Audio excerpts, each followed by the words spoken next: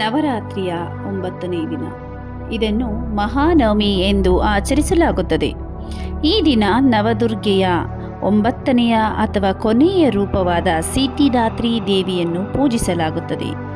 ತಾಯಿ ಸಿದ್ಧಿದಾತ್ರಿಯು ಪರಿಪೂರ್ಣತೆ, ಎಲ್ಲ ರೀತಿಯ ಶಕ್ತಿ, ವೈಭವ ಮತ್ತು ಮಹಿಮೆಯ ಮೂಲವಾಗಿದ್ದಾಳೆ. ಈ ದೇವಿಯು ತ್ರಿಮೂರ್ತಿಗಳಾದ ಬ್ರಹ್ಮ, ವಿಷ್ಣು, ಮಹೇಶ್ವರರಿಗೆ ಆಧ್ಯಾತ್ಮಿಕ ವೈಭವ ಹಾಗೂ ಪರಿಪೂರ್ಣತೆಯನ್ನು ನೀಡುವಳು.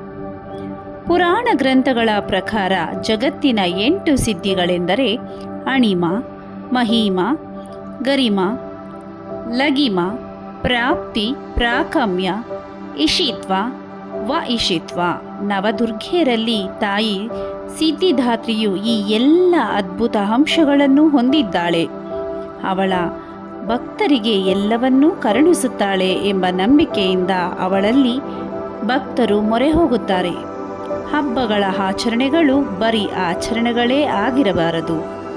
ಅವುಗಳ ಮೂಲ ಉದ್ದೇಶಗಳು ಮತ್ತು ಆಶಯಗಳಿಗೆ ಒತ್ತಾಸೆಯಾಗಿ ಅವುಗಳನ್ನು ನಾವೆಲ್ಲರೂ ಅಳವಡಿಸಿಕೊಳ್ಳೋಣ.